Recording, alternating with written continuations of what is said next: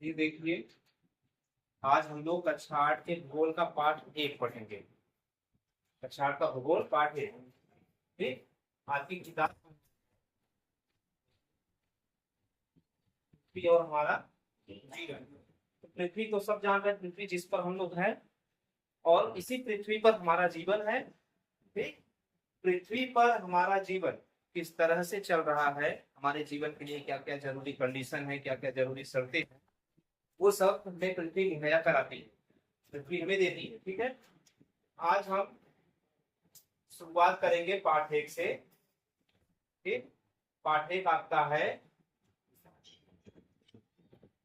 संसाधन। पाठ 1 का नाम संसाधन। ठीक है ना।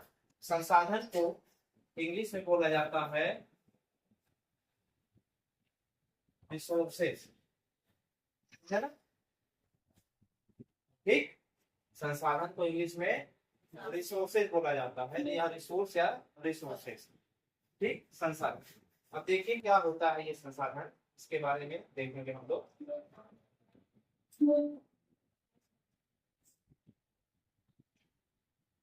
हम लोग अपने दैनिक जीवन में, दैनिक जीवन मतलब रोजमर्रा का जीवन, रोज लोग अपना जीवन यापन जैसे कर रहे हैं, बहुत सारी चीजों का प्रयोग करते हैं। कपड़े हैं, पुस्तकें हैं, खिलौने हैं, वाहन है, घर में तमाम तरह की चीजें होती हैं, बर्तन, बिस्तर, हर तरह की चीजें, है ना। समझ रहे हैं? ये वस्तुएं या ये चीजें जिनका हम अपने दैनिक जीवन में प्रयोग कर रहे हैं, ये है क्या, ये आई कहाँ से, कैसे बनी, प्रकृति ने हमें दिया या हमने उनको बनाया अपनी आवश्यकता अनुसार। ठीक, ये सभी चीजें जिनका प्रयोग करके हम अपने जीवन को आसान बनाते हैं, सुगम बनाते हैं, सुविधाजनक बना लेते हैं, वो सभी वस्तुएं संसाधन कही जाएंगी, चाहे वो सजीव हो या निर्जीव हो। समझ गए ना, सजीव हो या निर्जीव हो, जिनके प्रयोग से हम अपने जीवन को आसान और सुगम बना लेते हैं, वो सभी वस्तुएं संसाधन कही जाएंगी। ठीक, देखिए जैसे ट्यूबलाइट है, फैन है, मोबाइल है। ठीक, ये सभी चीजें सब संसाधन होते हैं। ठीक है ना। अब देखिए जैसे इसमें है, आपको प्यास लगने पर आप जो जल पीते हैं, घरों में प्रयोग की जाने वाली बिजली, स्कूल से घर पहुंचने के लिए उपयोग में लाई गई साइकिल, रिक्शा या बस, अध्ययन के लिए पाठ्य पुस्तक, बैठने के लिए कुर्सी मेज, ये सभी संसाधन है। इनमें से सभी वस्तुओं का उपयोग आप द्वारा किया गया है, अर्थात ये सभी वस्तुओं में आपकी आवश्यकताओं की पूर्ति करने की क्षमता है, चाहे वो निर्जीव ही क्यों ना हो। अगर उस वस्तु में अगर उस वस्तु में आपकी आवश्यकताओं की पूर्ति करने की क्षमता है ना। अगर ये जैसे पेन है, ये निर्जीव वस्तु है, ये वस्तु अगर एक जगह पड़ी रहे, इसको हम न छुए, तब तक इसकी क्षमता इसी में संचित है ना। इसकी क्षमता इसी के अंदर संचित है। जैसे ही इसको लेकर हम कुछ कार्य करते हैं, ये हमारे कार्य को आसान बनाती है, तो इसका मतलब इस वस्तु में हमारी आवश्यकता की पूर्ति करने की क्षमता है। कोई भी वस्तु जिसमें आपकी आवश्यकताओं की पूर्ति करने की क्षमता हो, आपका कार्य आसान कर दे, वो सभी वस्तुएं संसाधन कही जाएंगी। ठीक, आगे देखते हैं। इस प्रकार हम कह सकते हैं कि एक वस्तु या पदार्थ जिसकी उपयोगिता हो संसाधन कहलाती है, या दूसरे शब्दों में, दूसरे तरीके से आप ये भी कह सकते हैं कि कोई भी वो वस्तु जिसका कोई आर्थिक मूल्य हो, आर्थिक मूल्य मतलब पैसे में। ठीक है ना, ऐसी कोई भी वस्तु जिसको आप कुछ पैसों या रुपयों में खरीदें या उस पर व्यय करें, खर्च करें, वो सभी चीजें संसाधन होगी। आपको मिट्टी की जरूरत है, तो आपको कहीं ना कहीं से मिट्टी लेनी पड़ेगी, खरीदनी पड़ेगी। वस्त्र की जरूरत है, आप खरीदेंगे, है ना। समझ गए कि नहीं। कोई भी वस्तु जो आप उपयोग करते हैं और उसका आर्थिक मूल्य होता है, वो सब संसाधन होंगे। चाहे आप इस तरह से कहें, एक वस्तु या पदार्थ जिसकी उपयोगिता है, व्यर्थ न हो, वह वस्तु या पदार्थ एकदम से व्यर्थ न हो, कुछ न कुछ उसकी उपयोगिता हो, तो वो सभी संसाधन कहलाते हैं। आज हमारे दैनिक जीवन में कोई भी वस्तु ऐसी बताओ जिसकी कोई उपयोगिता ना हो, बोलो। अगर एक कागज का टुकड़ा ही है फटा हुआ, उसकी भी कुछ न कुछ उपयोगिता है। घास फूस है, उसकी भी कुछ न कुछ उपयोगिता है। तो हर वस्तु उपयोगी होती है, बस समय और परिस्थिति के अनुसार। कब किस वस्तु के उपयोग करने की जरूरत है, तभी वह वो आपका संसाधन के रूप में प्रयोग किया जा सकता है, अन्यथा वह व्यर्थ पड़ा रहेगा। जब उसकी उपयोगिता का समय आएगा तो वो उपयोगी बन जाएगा, है ना। तो इस तरह से संसाधन होते नहीं, बल्कि प्रकृति में उपहार स्वरूप उपलब्ध विभिन्न वस्तुओं को मनुष्य अपने ज्ञान और तकनीक के प्रयोग से उसे अपने लिए उपयोगी बनाता है। क्या कर रहे हैं, संसाधन होते नहीं। जैसे ये कुर्सी हमारे पास रखी है, ये कुर्सी का उपयोग हम करते हैं बैठने के लिए, इसकी उपयोगिता है। ठीक, क्या ये कुर्सी सदैव से ऐसे ही विद्यमान थी? नहीं, इसको हमने अपनी आवश्यकता अनुसार प्रकृति द्वारा प्रदत्त जो वस्तुएं हैं उनकी मदद से हमने इसको बनाया है ना। समझ गए क्या नहीं? ये मकान बनाने में ईंट लगा होगा, ईंट तो हमें प्रकृति ने लाकर दिया नहीं, कहीं पर जंगलों में या नदियों में पहाड़ों पर ईंट मिल रही हो। ईंट को हमने मिट्टी से बनाया, मिट्टी प्राकृतिक वस्तु है। ठीक, हम अपनी उपयोगिता के अनुसार मिट्टी से हमने ईंट बनाया और उससे हमने बना लिया मकान। तो यही बात यहाँ पे है, मनुष्य अपने ज्ञान और तकनीक के प्रयोग से, ठीक है ना। किसी ने तो सोचा होगा ईंट बनानी है, मिट्टी से ईंट किसी ने तो सोचा होगा बनाई जा सकती है। वैसे आप मिट्टी को अगर उठाएं तो धूल की तरह आपके हाथ में आएगा और फिसल जाएगा। ठीक, पानी पड़ते ही गीला हो जाएगा, बह जाएगा। लेकिन ईंट, चाहे उसको आप पानी में रखिए, चाहे आप उसको आग में रखिए, वो वैसा का वैसा रहेगा, है ना। तो ईंट बनाने के लिए किसी ने तो ज्ञान लगाया होगा, कोई ना कोई तरीका अपनाया होगा। तो ज्ञान और तकनीक, ईंट बनाने के लिए सांचे की जरूरत होगी, फिर उसको पकाने के लिए भट्ठी की जरूरत होगी। तो कैसी भट्ठी चाहिए? चूल्हे वाली भट्ठी जो घरों में जलती है, क्या उसमें पकेगी या उससे बड़ी भट्ठी चाहिए, है ना। इसके लिए तकनीक का प्रयोग किया होगा ना किसी ने। तो मनुष्य अपने ज्ञान और तकनीक के प्रयोग से प्रकृति में विद्यमान वस्तुओं से अपनी आवश्यकता अनुसार नई नई चीजें बना लेता है, और वो सभी चीजें क्या कही जाएंगी? संसाधन कही जाएंगी। ठीक, देखो, धरती पर कोयला लाखों वर्षों से उपलब्ध था, है ना। कोयला तो लाखों वर्षों से उपलब्ध था, लेकिन कोयला तब संसाधन कहा जाने लगा जब मनुष्य ने उससे आग उत्पन्न करने की क्षमता बना ली। और आगे आके देखो, है ना, आग उत्पन्न करने की, कोयले से आग कैसे जलानी है, क्या कोयला हमें अग्नि दे सकता है, आग या ऊर्जा दे सकता है, इसकी भी तो जानकारी होनी चाहिए ना। इसकी भी जानकारी होनी चाहिए, कोयले से हमें आग मिल सकती है, नहीं तो ऐसे ही फेंका पड़ा रहेगा वो कोयला। बहुत सारी ऐसी वस्तुएं हैं आज भी प्रकृति में हमारे, जो हमें संसाधन की तरह प्रयोग कर सकते हैं, जो हम, लेकिन जानकारी न होने की वजह से, ज्ञान न होने की वजह से वो वस्तु बेकार पड़ी रहती है ना। ठीक, कुछ संसाधनों का आर्थिक मूल्य होता है, जबकि कुछ संसाधनों का आर्थिक मूल्य नहीं होता है।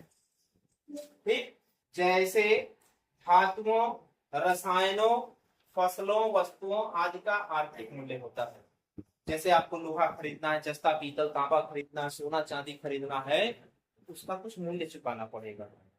अनाज खरीदना है, उसका कुछ मूल्य चुकाना पड़ेगा, ठीक है।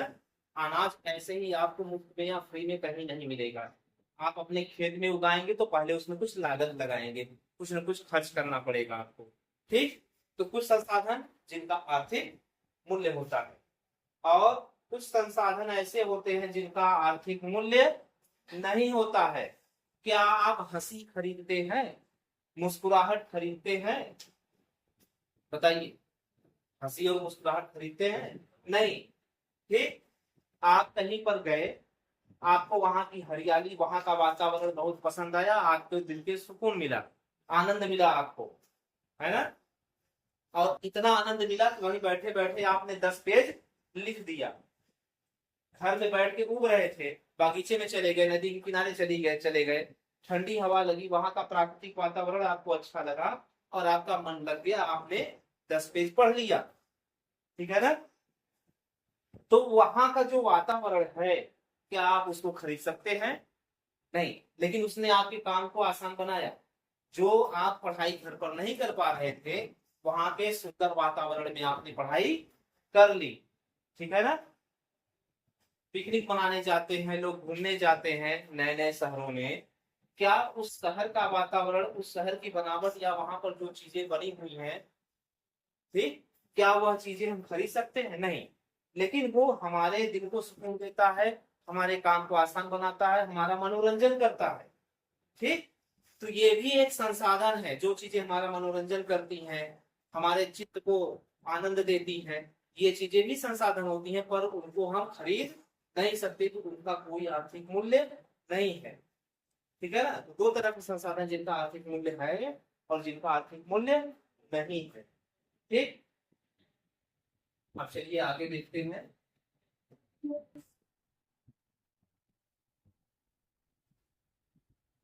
संसाधन के प्रकार। संसाधनों को प्राकृतिक, मानव निर्मित और मानव संसाधन के रूप में वर्गीकृत किया जा सकता है। देखिए, यही वर्गीकरण है संसाधन का। पहला है प्राकृतिक संसाधन, दूसरा मानव निर्मित संसाधन और तीसरा मानव संसाधन। अब देखो, दोनों मिलता जुलता जैसे है ना। ये मानव निर्मित संसाधन है और ये मानव संसाधन, दोनों में मानव मानव आया। तो क्या अंतर है दोनों में? एक मानव निर्मित संसाधन, एक मानव संसाधन। बताओ। हाँ, मानव द्वारा बनाई गई वस्तुएं मानव निर्मित, और फिर मानव संसाधन ये क्या है? देखो, आपको अपने खेत में धान लगवाना है, आप अकेले नहीं लगा सकते, तो आप क्या करेंगे? कुछ धान लगाने वाले मजदूरों को लाएंगे, उन्होंने आपका काम आसान किया। क्या उस मानव को प्रकृति ने बनाया या आपने बनाया? प्राकृतिक। ठीक है ना? पर वो ऐसे संसाधन तो है नहीं कि जिनको आप चाहे जब बिठा लाइए और उनको परिवर्तित कर दीजिए किसी और में। मिट्टी से आप ईंट बना सकते हैं, धातुओं से आप औजार बना सकते हैं, गहने बना सकते हैं, क्या मानव से कुछ और बना सकते हैं? नहीं ना। मानव मानव ही रहेगा, उसको परिवर्तित नहीं किया जा सकता। लेकिन मानव से काम लिया जा सकता है, मानव आपके कार्य को आसान बना सकता है। एक मनुष्य दूसरे मनुष्य के काम आता है, कहा जाता है ना। तो काम आता है, हमारे खेतों में काम करते हैं, तरह तरह के सहयोगी होते हैं, कोई ट्रेन चला रहा है, कोई बस चला रहा है, वो हमारे काम को सुगम बना रहा है कि नहीं, हमें एक स्थान से दूसरी जगह आसानी से ले जा रहा है। हम जैसे टीचर लोग हैं, तुमको पढ़ा रहे हैं आप लोगों को, तो हम भी एक सुगम करता है ना, आपका कोई कार्य सुगम बना रहे हैं। इस तरह से जब मनुष्य किसी कार्य को करता है और उसका लाभ किसी और को मिलता है, तो वो भी एक संसाधन की तरह प्रयोग किया जा सकता है। इसको कहा जा सकता है कि मनुष्य भी एक प्रकार का संसाधन है, कुर्सी मेज की तरह, है ना। तो प्राकृतिक संसाधन जैसे सूर्य का प्रकाश, सूर्य के प्रकाश से भी हमारे बहुत सारे कार्य होते हैं। सौर ऊर्जा का प्रयोग हम लोग करते हैं। सूर्य से वातावरण जो होता है, दिन और रात का चक्र चलता है, ये सारी चीजें मैनेज होती है। खनिज पदार्थ जैसे सोना, चांदी, ये जो खनिज के रूप में निकलते हैं, खनिज क्या होते हैं? खनिज ऐसे पदार्थ होते हैं जिनको हम पृथ्वी के अंदर से खानों में खोद करके निकालते हैं। और जब खानों से खोद करके निकाला जाता है कोई भी खनिज, तो वो शुद्ध अवस्था में नहीं होता है, उसे अलग अलग प्रक्रियाओं द्वारा फैक्ट्रियों, कंपनियों में शुद्ध किया जाता है, तब हम उसे शुद्ध रूप में प्रयोग कर पाते हैं। चाहे वो लोहा हो, जस्ता हो, पीतल हो, चांदी हो, सोना हो, कोई भी धातु हो, कोई भी, ठीक, उनको अशुद्ध रूप में निकाला जाता है। बहुत सारी अशुद्धियां होती हैं, उन्हें शुद्ध करके तब प्रयोग में लाते हैं, उसी को कहते हैं खनिज। ठीक है ना। जब अशुद्ध रूप में होगा तो खनिज कहा जाएगा, उसी को जब शुद्ध कर दिया जाएगा तो धातु कहा जाएगा। ठीक है ना, समझ गए ना। वन, जंगल, जंगलों में पेड़ पौधे, घास फूस और हरियाली होती है। जंगलों से हमें लकड़ी मिलता है, पत्तियां मिलती हैं, औषधियां मिलती हैं, फल मिलते हैं, ये भी एक संसाधन है।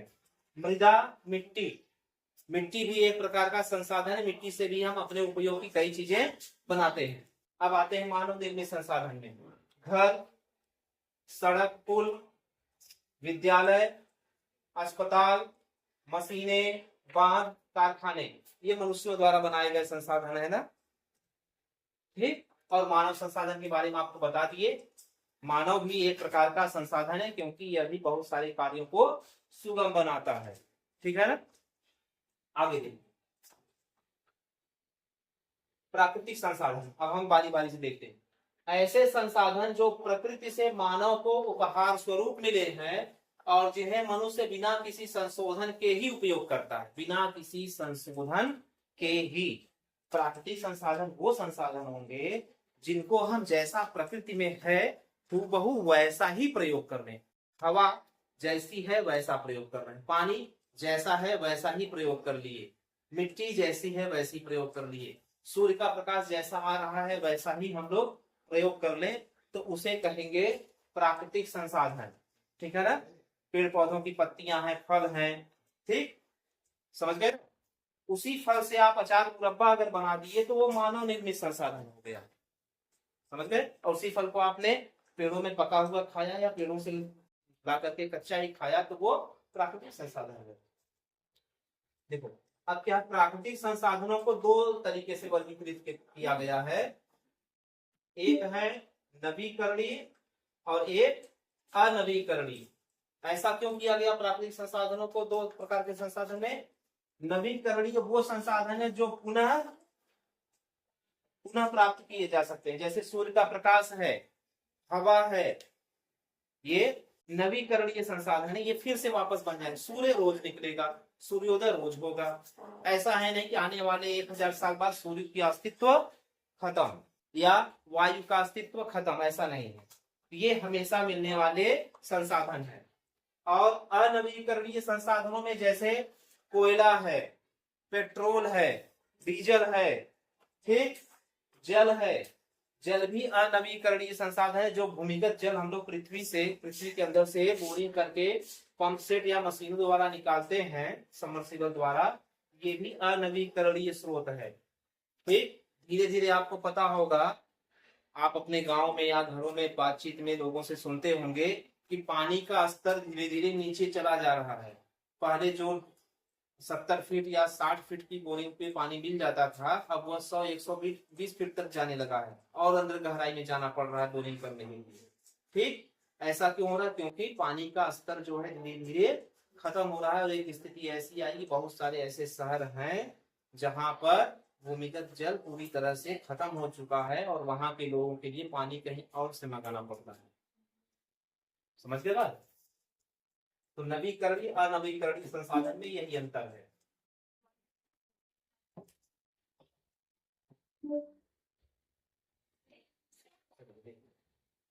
नवीकरणीय संसाधन ऐसे संसाधन जो प्रकृति में असीमित मात्रा में उपलब्ध है, जिनको प्राकृतिक प्रक्रियाओं द्वारा या मानव द्वारा नवीकृत अथवा पुनः पूरित किया जा सकता है। ठीक।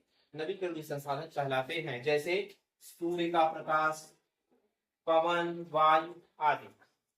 ठीक। ये कभी समाप्त होने वाले संसाधन नहीं है, ये कभी समाप्त नहीं होंगे। ठीक।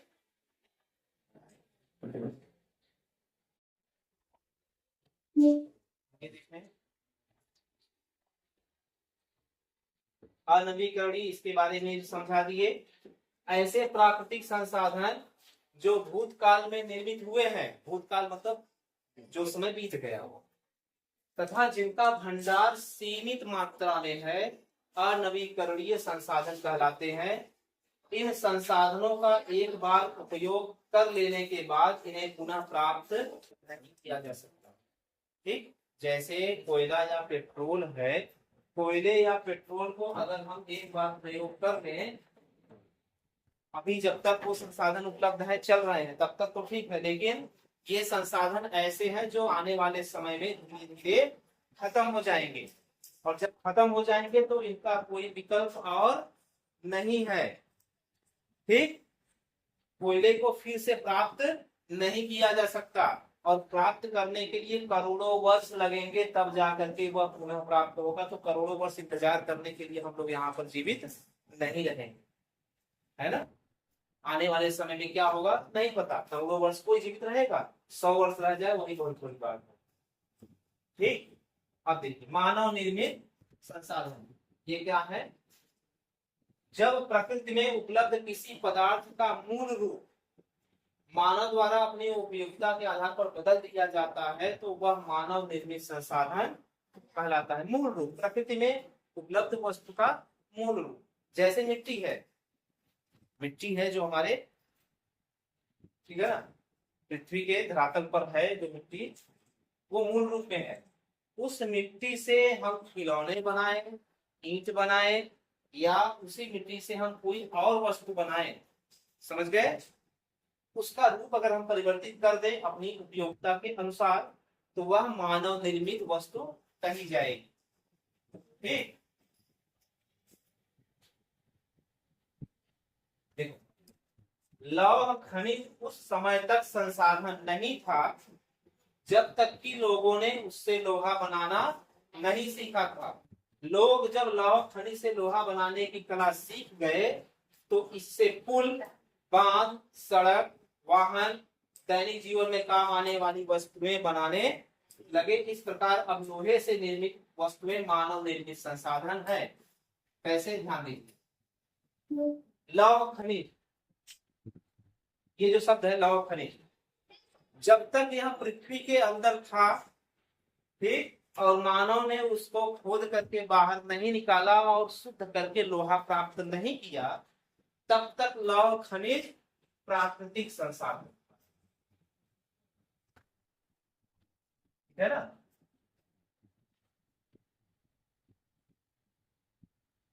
तब तक ये प्राकृतिक संसाधन था, कब तक, जब तक इसको हमने खोद के बाहर निकाल के शुद्ध नहीं किया। जब हमने इसे शुद्ध करके इससे लोहा प्राप्त किया और पुल, बांध, सड़क, वाहन, दैनिक जीवन में काम आने वाली वस्तुएं ये सब बना दिए, तो अब ये लोहा बन गया हमारा मानव निर्मित संसाधन। ठीक है ना, कौन सा संसाधन हुआ, मानव निर्मित संसाधन। जब तक यह खनिज के रूप में था तो प्राकृतिक संसाधन था, और शुद्ध करके लोहा प्राप्त करके हमने इससे और अलग अलग तरह की वस्तुएं बना ली, वो मानव निर्मित संसाधन बदल गया। ठीक, आगे देखिए, अब आता है मानव संसाधन। मानव संसाधन क्या है, मनुष्य स्वयं ही एक विशिष्ट प्रकार का संसाधन है, अतः लोगों को मानव संसाधन कहा जाता है। मनुष्य को मानव द्वारा प्रकृति का बेहतर उपयोग तभी किया जा सकता है जब उसके पास ज्ञान, कौशल और तकनीकी उपलब्ध हो। आदिमानव के बारे में सुना होगा, पढ़ा होगा। आदिमानव जो थे वो प्राकृतिक चीजों का प्रयोग हूबहू करते थे। ठीक, जानवरों को मार करके खाते थे, फलों को कच्चा खाते थे, ठीक, कपड़ों के स्थान पर पेड़ों की पत्तियां पहनते थे, ठीक, घर की जगह गुफाओं में, ठीक है ना, और पेड़ों के झुंडों के अंदर रहते थे, झाड़ियों में रहते थे। ठीक, क्यों, क्योंकि उनके पास उस समय ज्ञान, कौशल और तकनीकी नहीं थी कि वो प्राकृतिक चीजों का प्रयोग करके अपने उपयोग की वस्तुएं बना पाए, है ना। जानवर मरा पड़ा मिल गया या पकड़ के मारा, उन्होंने वैसे खा गए बिना पकाए। फिर जब आग की खोज की उन्होंने, तब आग की खोज जब की, उस आग की खोज के बाद मांस को पकाकर खाने लगे, जानवरों को दूर भगाने लगे। फिर पत्थरों से उन्होंने औजारों का निर्माण करना शुरू किया, तो धीरे धीरे उनका ज्ञान बढ़ा, कौशल बढ़ा, और ज्ञान कौशल की मदद से उन्होंने अलग अलग तरह की तकनीक बनाई और आज ऐसी स्थिति में हम लोग हैं कि हमारे पास ऐसी ऐसी वस्तुएं, ऐसे ऐसे सामान हैं जो उच्च तकनीकी और उच्च ज्ञान और कौशल के प्रयोग से बनाए गए, है ना। जिस स्मार्टफोन पर आप लोग पढ़ रहे हैं ये भी मानव निर्मित संसाधन है, ये भी हमारे काम को आसान कर रहा है, ठीक है ना। और इसको बनाने में ये तीनों चीजें लगी होंगी, ज्ञान, कौशल और तकनीक, ठीक है ना।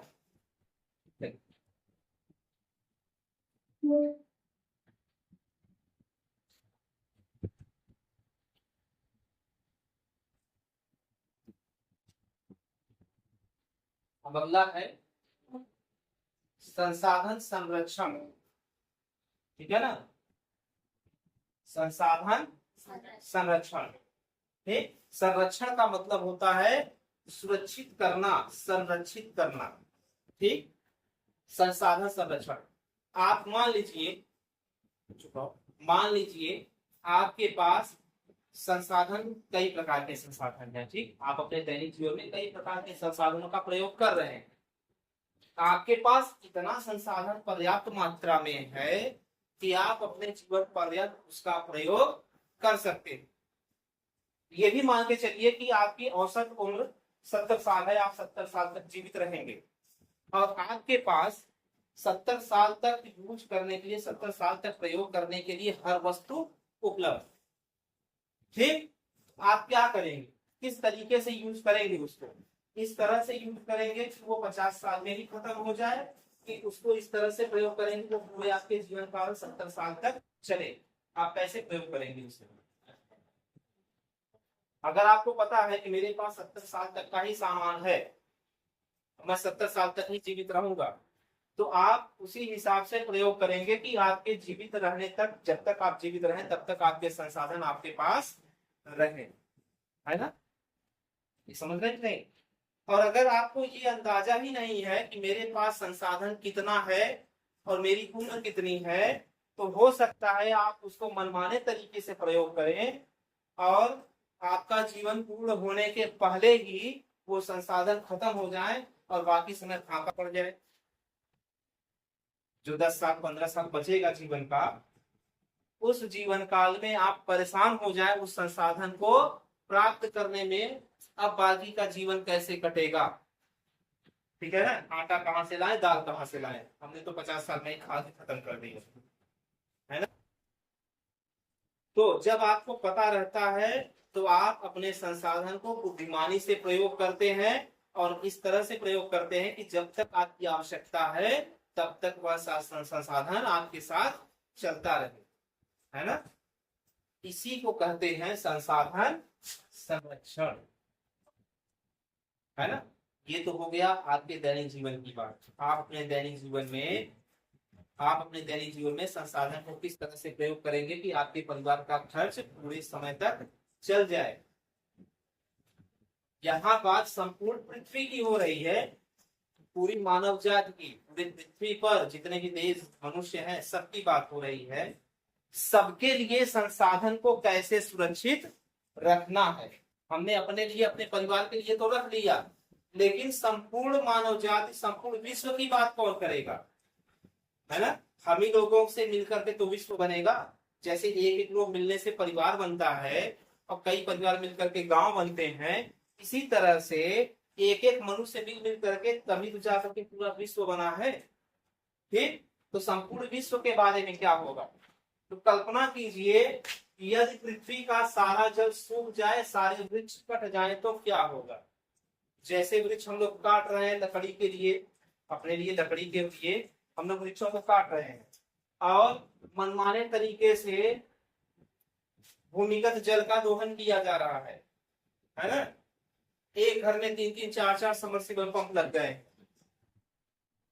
खेत में अलग है, पानी पर अलग है, घर में अलग है, ठीक, द्वारे पर अलग है, समझ गए ना बात को। तो क्या होगा, धीरे धीरे जल संसाधन भी खत्म हो जाएगा। पेड़ पौधे अगर इसी तरह से कटते रहें और लोग नया पेड़ न लगाएं तो जंगल और पेड़ पौधे भी कट के खत्म हो जाएंगे। तो ऐसी स्थिति उत्पन्न हो जाएगी क्या, जीवित रहने के लिए जो आवश्यक दशाएं होती हैं वो मिल पाएगा। ऑक्सीजन की मात्रा उसमें गड़बड़ी हो जाएगी। पानी नहीं रहेगा तो पानी न रहना एक बहुत बड़ा अभिशाप बन जाएगा जीवित रहने के लिए। ठीक, आगे देखिए।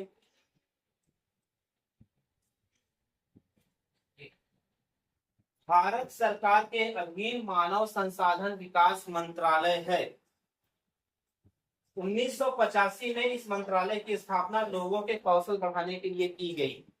क्या है? मानव विकास संसाधन मंत्रालय, मानव विकास संसाधन मंत्रालय। ये भारत सरकार के अधीन एक मंत्रालय है। इस मंत्रालय का काम है लोगों के ज्ञान कौशल को बढ़ाना। इसी विभाग के द्वारा उच्च शिक्षा दी जाती है, जैसे डॉक्टरी की पढ़ाई, इंजीनियरिंग की पढ़ाई, ठीक है ना, वकालत की पढ़ाई। ठीक, जो अलग अलग तरह के कौशल होते हैं उन कौशलों की पढ़ाई करवाने के लिए ये मंत्रालय काम करता है। लोगों का ज्ञान अलग अलग तरीके से बढ़ाता है। ठीक है ना, जैसे आपने एक सुना होगा कौशल विकास योजना, है ना, जिसमें लोगों को कंप्यूटर, सिलाई, कढ़ाई, बुनाई, ठीक है ना, कढ़ाई, ये सब चीजें सिखाई जाती हैं। ITI का नाम सुना होगा, IIT का नाम सुना होगा। ये सब यही मानव संसाधन विकास मंत्रालय करवाता है। क्यों करवाता है? कि जो हम मानव है, मानव भी एक प्रकार का संसाधन है। यह संसाधन कब प्रयोग में आएगा? जब इसके पास ज्ञान और कौशल होगा।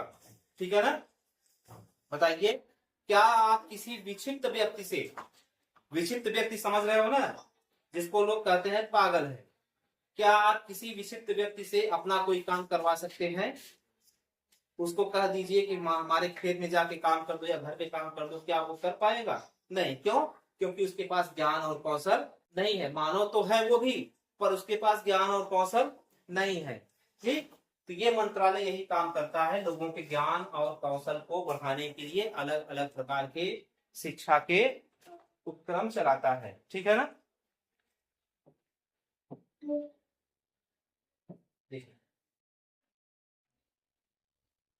जल के बिना जीवन संभव नहीं है। जल के अभाव में जीव जंतुओं, वनस्पतियों एवं स्वयं मानव जाति का जीवन असंभव हो जाएगा। ठीक इसी प्रकार यदि हम नवीकरणीय संसाधनों के उपयोग के प्रति सतर्क नहीं है तो एक दिन वे भी हमारे लिए दुर्लभ हो सकते हैं। ठीक है ना, अनवीकरणीय, जबकि अनवीकरणीय संसाधन तो निश्चित ही समाप्त हो सकते हैं। जो अनवीकरणीय, जिनको पुनः प्राप्त नहीं किया जा सकता, वो तो निश्चित है कि आने वाले 1000 सालों में वो खत्म होने वाले हैं। लेकिन जो नवीकरणीय है, जिनको पुनः प्राप्त किया जा सकता है, अगर उनको भी हम बुद्धिमानी से प्रयोग न करें तो आने वाली पीढ़ी के लिए वह संसाधन उतनी सुगमता से उपलब्ध नहीं हो पाएगा। ठीक है ना, जैसे वायु है, हमने कहा कि वायु आपका नवीकरणीय संसाधन है। हवा, हवा पुनः प्राप्त की जा सकती है, लेकिन आप इतनी सारी फैक्ट्रियां लगा डाले, आपके पास इतने सारे वाहन हैं, ठीक, जगह जगह आपने फैक्ट्रियों में, जो फैक्ट्रियां चल रही हैं उनसे धुआं निकलता है, वाहनों से धुआं निकलता है, पटाखे फोड़ते हैं आप, जंगलों में आग लग जाती है, या खेतों में जो लोग फसलों को जलाते हैं, इन सब से धीरे धीरे वायु क्या होगी? प्रदूषित हो जाएगी ना। आने वाली पीढ़ी के लिए आपने वायु तो छोड़ा, वायु तो है, पर क्या वह वायु जीवन यापन के लिए शुद्ध है? नहीं, उसे आपने प्रदूषित कर दिया है। ठीक है ना, तो यही बात यहाँ पे आ रही है कि वर्तमान पीढ़ी के साथ साथ आने वाली पीढ़ी भी जो संसाधन आज मौजूद हैं, उन संसाधनों को आने वाली पीढ़ी भी आपकी ही तरह सुगमता से प्रयोग कर पाए, उसके लिए आप संसाधनों को इतनी बुद्धिमानी और इतनी समझदारी से प्रयोग करिए कि आप अपना काम तो कर लें, आने वाली पीढ़ी के लिए भी कुछ अच्छा छोड़कर जाएं। समझ गए ना? इसी को कहते हैं संसाधन संरक्षण। यही है संसाधन संरक्षण, कि आप आने वाली पीढ़ी के लिए भी संसाधनों को पर्याप्त मात्रा में और अच्छी गुणवत्ता में छोड़ करके जाएं। ऐसा ना करें कि पेड़ों को एकदम से काट के खत्म ही कर दें, आने वाली पीढ़ी के लिए हवा के लिए तरस जाए आने वाली पीढ़ी, ठीक है ना, शुद्ध शुद्ध वातावरण के लिए तरस जाए। ठीक, यही होता है संसाधन संरक्षण। ठीक, देखिए सतत पोषणी विकास के क्षेत्र। सतत पोषणी क्या होता है? सतत पोषणी इस शब्द का मतलब समझ लो।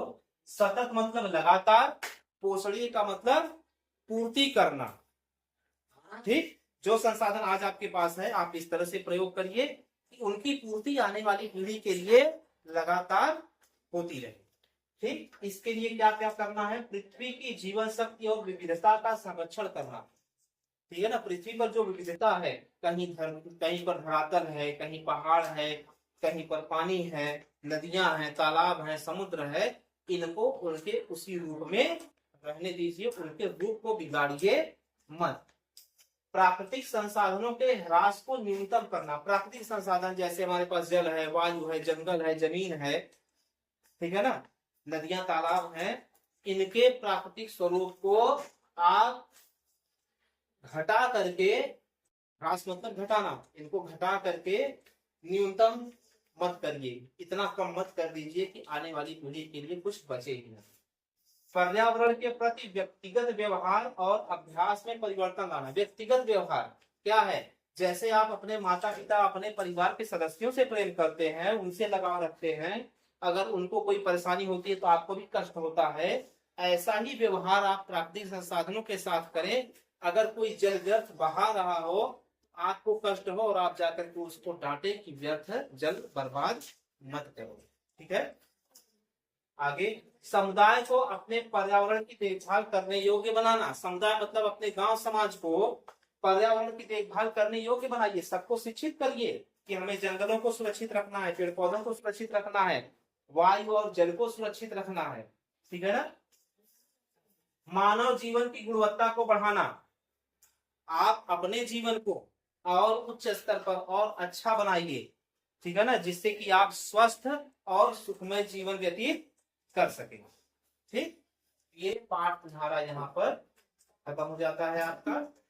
इस पाठ में बस इतनी चीजें थी संसाधन के बारे में। ठीक है ना, समझ गए? चलो ठीक है, इसके बाद अगला पाठ हम लोग किसी और दिन देखेंगे, दूसरा वाला। पाठ एक आपका संसाधन कंप्लीट हो गया। ठीक।